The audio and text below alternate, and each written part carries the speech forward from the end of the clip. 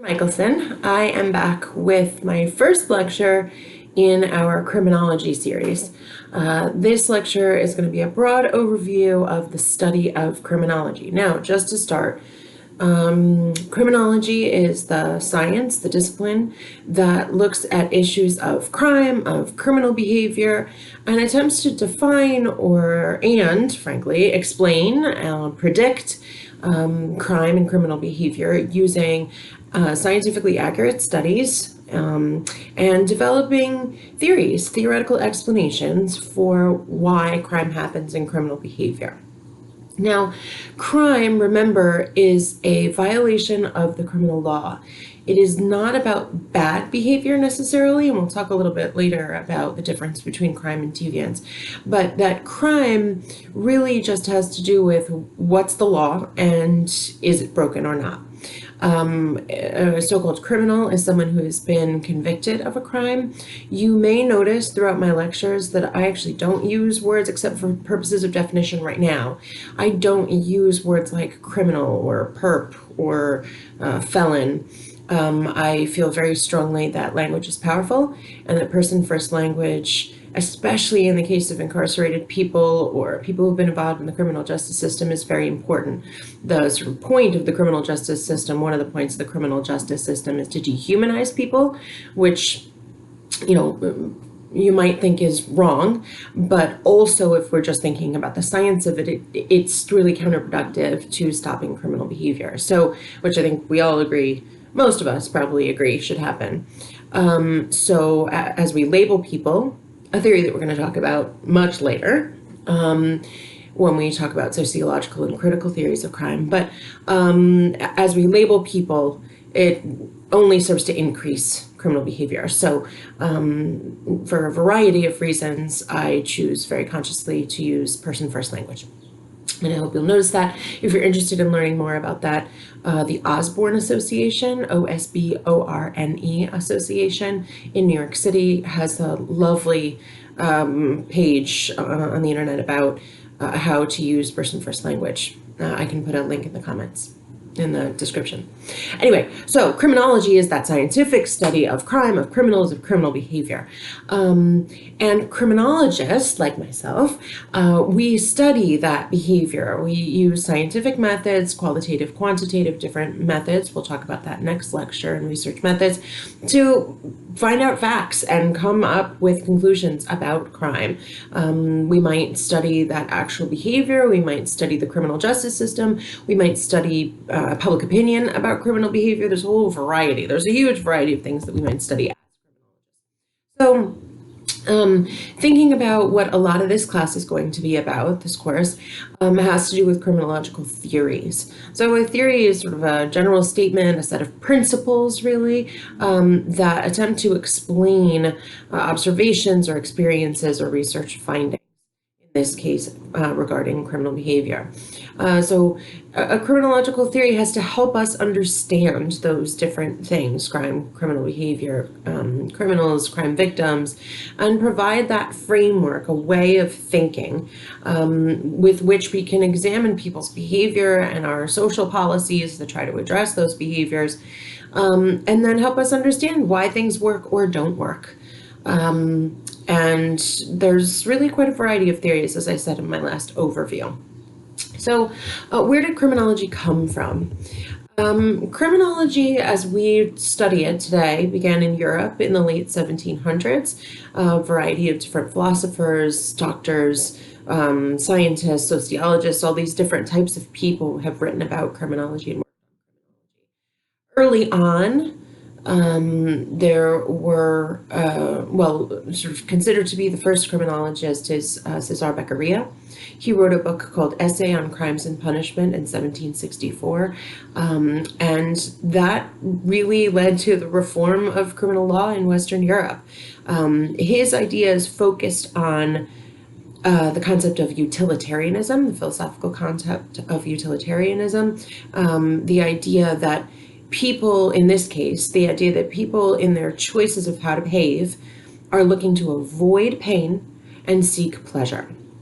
So when someone makes a decision, it's really about choices. So this is classical criminology. Beccaria really defines classical criminology. So when we have a choice of whether or not to do a behavior, we weigh the pluses and the minuses. And Beccaria said that when the potential for pleasure from illegal acts, I don't know, you steal a loaf of bread and it's delicious and you're not hungry anymore, or you a lot of it, all my examples are coming from property crimes right now.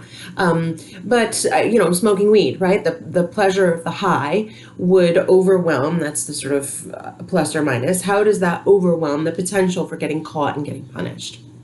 So when one is up here and one's down here, then you choose to commit the crime. But when it's the other way around, then you choose not to. So utilitarianism, right? What's useful, what actually works. Then therefore that translates into a set of rules. So how do we deter crime? Deterrence is stopping something before it happens. So if we use Beccaria's principles, we have to figure out a way to make punishment sufficient, but not too much, to counterbalance that criminal gain that people might have. So Beccaria talked about punishment needing to be prompt right away. And any of you who are parents are going to understand that. Necessary, right, that it actually is deserved, and not too much, proportionate. But I'm getting too much into neoclassical theory. I shouldn't be doing that right now because I'm going to talk about that next lecture. But just basically, I want you to think about the origins of criminology being both in this sort of classical realm that focused on choice, and then also really biological and positivist sort of focus on, which is totally different from what Beccaria was talking about, this idea that our biology predisposes us to particular behaviors. Now, modern criminology, most of the major developments have happened in the US. The UK has a very active criminological sort of, I say scene, that seems not quite right, sort of body of academic work and individuals. But where really the idea is that where sociology, the whole field of sociology was developed, in the 20s and 40s in the United States, criminology became a subdiscipline of sociology. Even though criminology right now is interdisciplinary, right? There's all sorts of different people, political scientists, sociologists, criminologists, gender and sexuality studies, all these different, race theorists, all these different people come together to talk about criminology in an interdisciplinary way. But sociologists, sort of came at that time under the umbrella of sociology. Criminologists also obviously have psychological orientations that look at how does personality play into this and stuff like this, whereas sociologists look more into social forces, sort of neighborhood conditions or poverty socialization or group interactions, things like that. Now, also a piece of criminology is victimology. Most people don't realize that. I don't think people think about the idea of victims being important in our criminal justice system. I often wonder myself, what would our system look like if it were a victims' justice system? How would it change rather dramatically but still seek justice? I think, we'll talk later on about restorative justice. But thinking about victimology is sort of what's the critical role that victims play in the justice process, whether it is formalized or not. We can ask victims when we measure crime, which is the next lecture. We measure crime, we could talk to victims to find out how often they've been victimized. And the numbers are dramatically different from when we look at arrests or incarceration. We can look at how likely people are to be victimized. We can look at what role victims play in the perpetration of a crime, all sorts of different things, victim services. Applied criminology, we'll talk later in this semester about translational criminology. How do we translate, in the sort of tradition of translational medicine, how do we translate what we find in research into something that is useful to our courts, to our cops, to our correction officers, to our prevention workers, to our substance abuse workers? So the applied criminology. Penology is the study of corrections, and what we do with known offenders, people who we know have committed crimes. Because remember, people who get caught are only a small subset of people who actually commit crimes, and we'll talk more about that. Really, a lot about that next lecture and research methods. So we can talk in penology about rehabilitation. We can talk about capital punishment, mandatory sentences, or the different ways that our sentencing laws have affected who's incarcerated and who isn't. So, and criminalistics. Criminology doesn't really focus on criminalistics, which is the scientific evaluation of physical evidence, blood spatter, gunshots, all that, sort of the physical stuff. Think about CSI Miami, for example, or CSI, any of the CSIs. Not something that we're going to discuss in this class. So, types of criminal behavior, we'll talk about after we talk about theories. We'll go over all the different types of theories. Then we'll move on to forms of criminal behavior: property crimes, public order crimes, violent crimes, organized crime, hate crime, white collar crime, all these different types of crimes. And then what I'd like you to think about doing is taking the theories and applying them to the different types of crimes. How do those different theories work to explain why? Remember, I said in the last lecture, it's not about excusing criminal behaviors. Oh no, it's okay because this happened. This isn't what criminology is about, whether or not that's true. Criminology is about that's why that happened. This is, however, this sort of pathway was, though pathway is a feminist criminological theory that we'll talk about later, but it's explanation. You take away your judgment, take away your worries about, oh, they're making it okay. No, it's not about that. It's why does it happen? Again, it's utilitarian in the same way that Beccaria was, or similar. Now, criminality is different from deviance. Okay, those two things, they can overlap. So important to remember that they can overlap, but they are very different from each other. Now, deviance is an action that departs from the social norms of any particular society. So something that you think is weird or bizarre or eccentric or annoying, right? Different things that people do. It's not necessarily universally defined, right? But if you think about well, I'd like you to think about it. Think right now, what's something weird that people do? Taking away, by the way, I'm particularly focused on sort of ableism, the idea that we make certain things weird that are related to disabilities. Also pay attention to whether or not that's just you being ableist or frankly racist or misogynist, all these different things that are very important. But still we can think about them as deviants. So what's deviant? Somebody driving 20 miles under the speed limit. Well, that might also be criminal behavior, actually. Maybe 5 miles under the speed limit, right? So just slow enough to be driving you nuts and it's driving you crazy. Or somebody who always skips when they walk.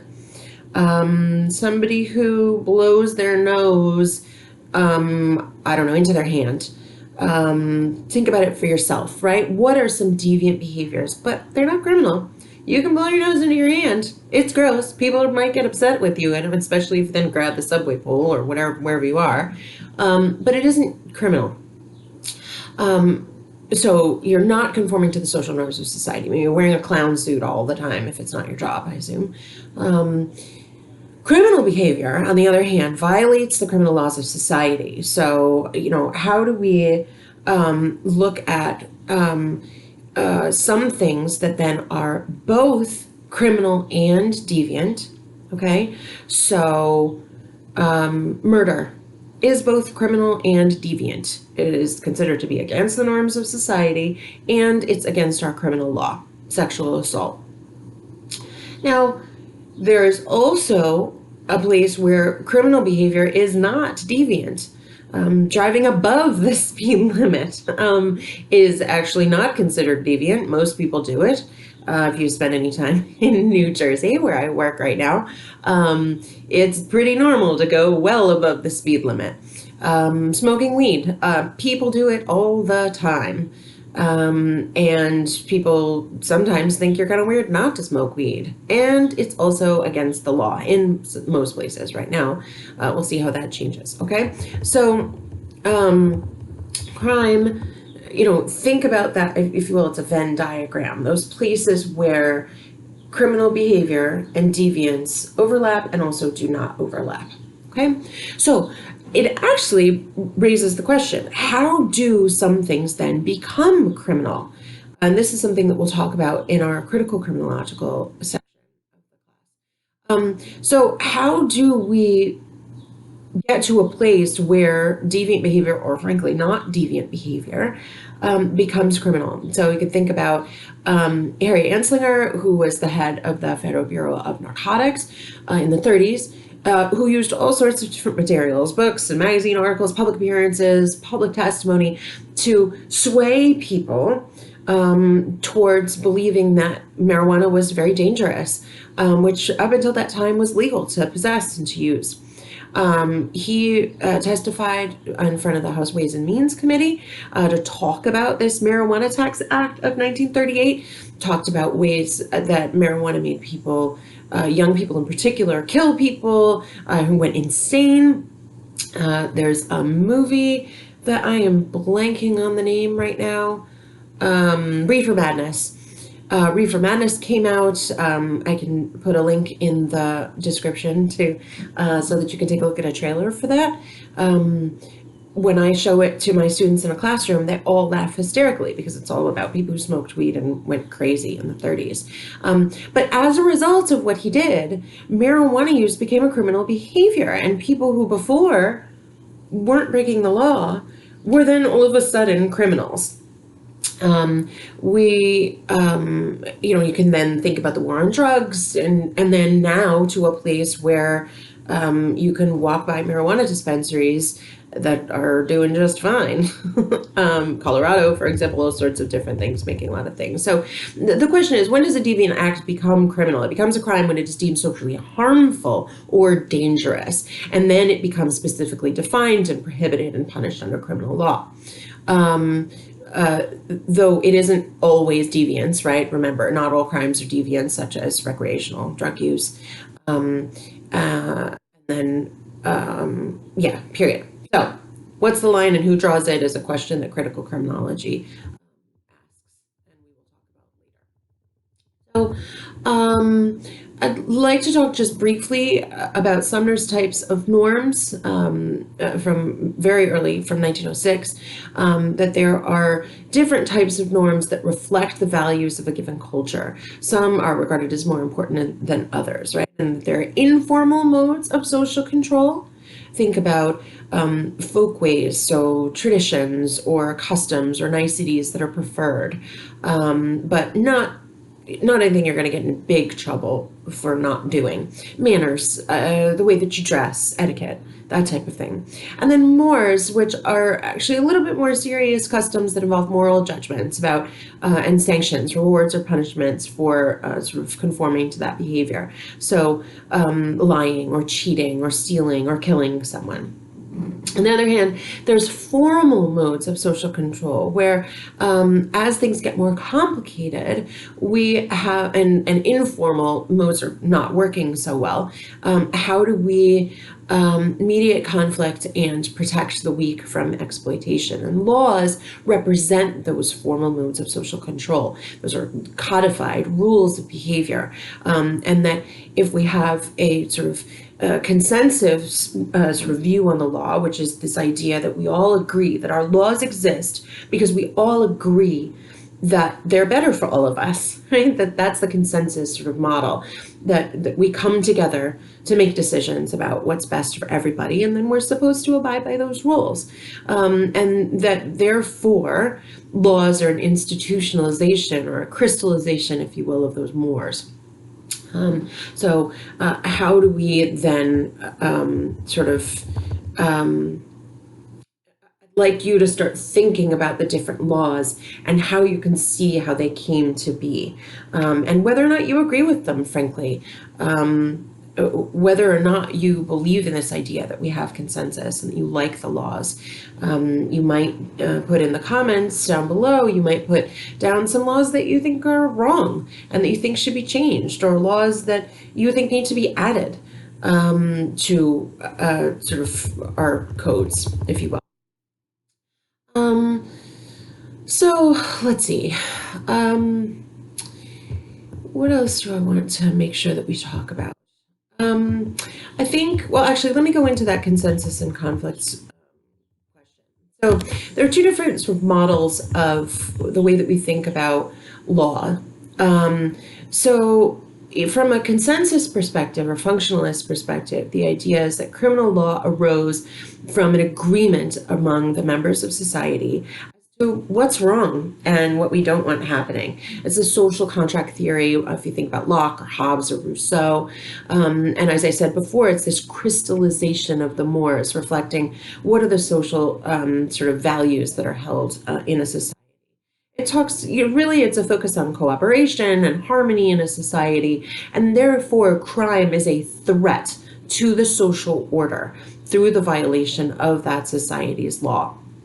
And functionalism really is this sort of theoretical way of thinking about social order, saying that people come to a consensus, there's that word, right? An agreement about right and wrong so that we can have that social order. And that norms are these patterns of expected behavior. It's norms becoming laws because they reflect the way that society wants to be.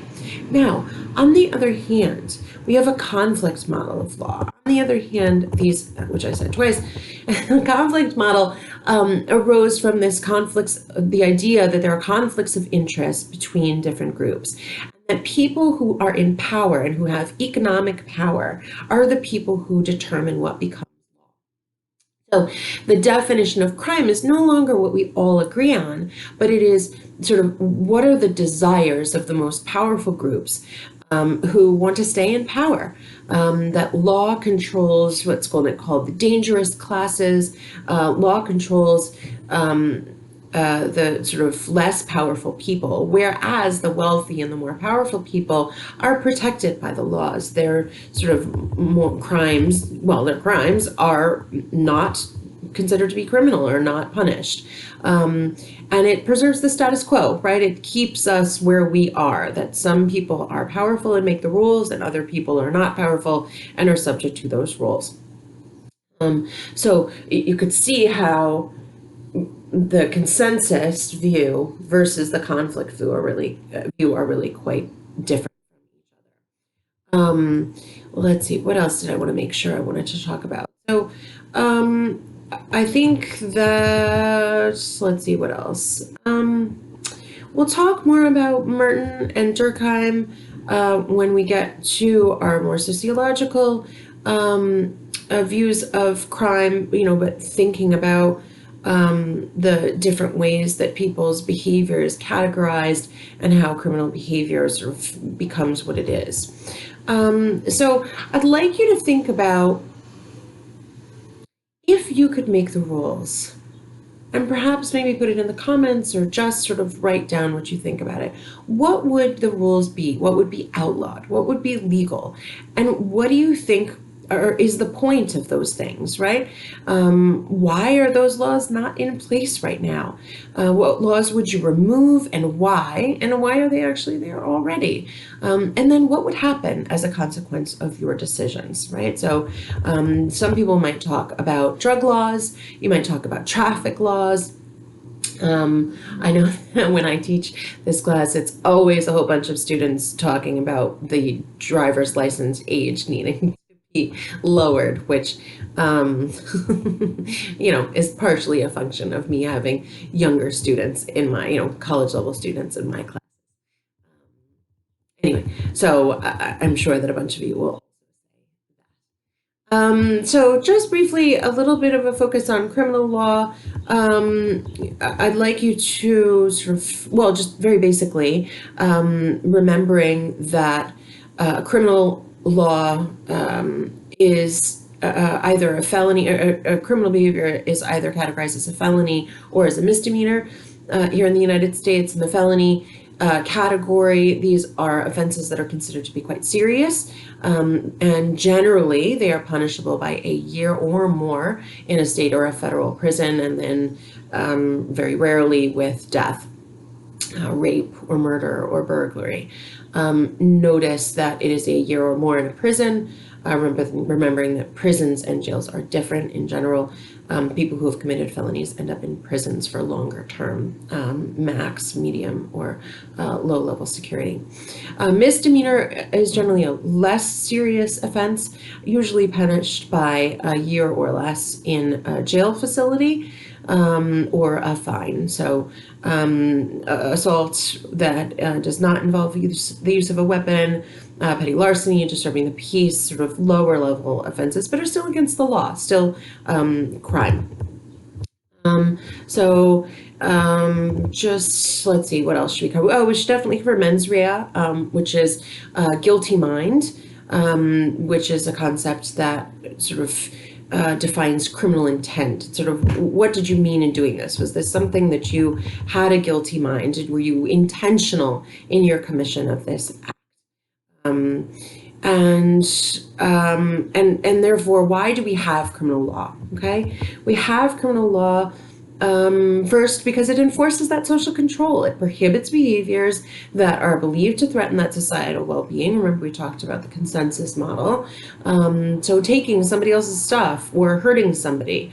Or to challenge the authority of the people who are in control. So planning to overthrow a government, for example, or collaborating with enemies of a particular government. Criminal also discourages revenge.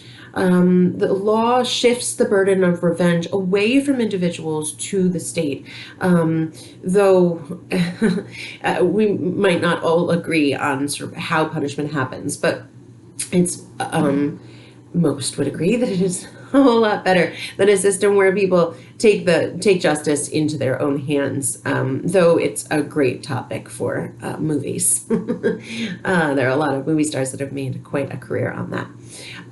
So it also expresses public opinion and morality. So how do we make decisions, and how does it reflect where we are in time and what groups of people we are, right? So there's a concept called mala prohibida. So what are things that are bad just because they have been prohibited? Not that they are bad in themselves, which is mala in se, but mala prohibida is, it helps us make our lives more orderly, more predictable. There's, not a whole lot of punishment against mala prohibida necessarily, traffic violations, gambling, those types of things, right? So think more about deviance versus crimes, though these are, these are also crimes, but they're not things that we consider to be horrible. Mala and se, on the other hand, are acts that are bad in and of themselves. They are forbidden in that there is wide-scale consensus in the mores for prohibition, right? That we murder, rape, assault.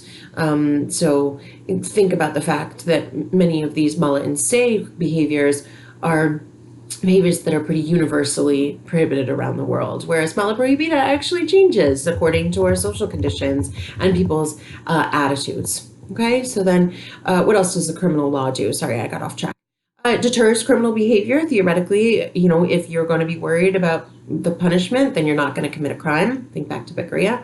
It creates equity. So with fines or forfeiture or economic sanctions of some sort, the criminal law takes illegal earnings or gains, so money that you get from dealing drugs or money that comes from white-collar crimes, and it takes them and puts them back to society so that it theoretically negates this person's unfair advantage. Law also maintains a social order. It's sort of, how do we control our existing economic and political system? How do we maintain that control and that order?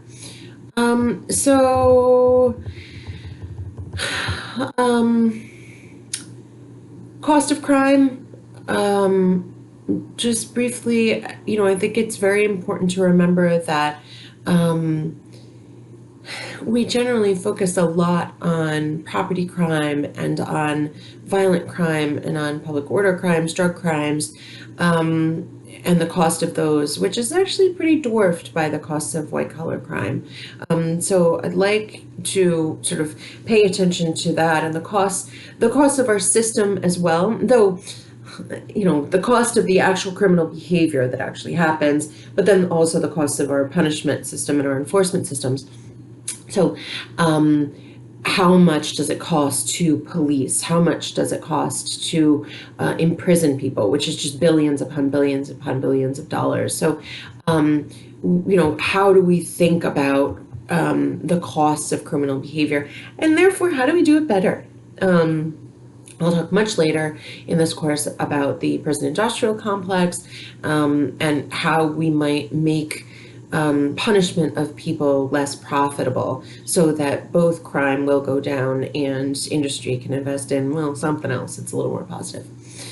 Okay, I think that's pretty much it. There are almost certainly a bunch of topics that I've missed. If I think of any, I'll pop them into the description and so that you can investigate them yourselves. And then we'll move on next lecture to research methods, which is how we get information about crime. How do we know what we know? And how, given such a difficult thing to measure, how do we try to measure it as criminologists? So if you haven't already, please subscribe and press the notification bell so you will know when I have uploaded my next video. And I look forward to seeing you in the comments. Take care, everybody. Have a great day. Bye.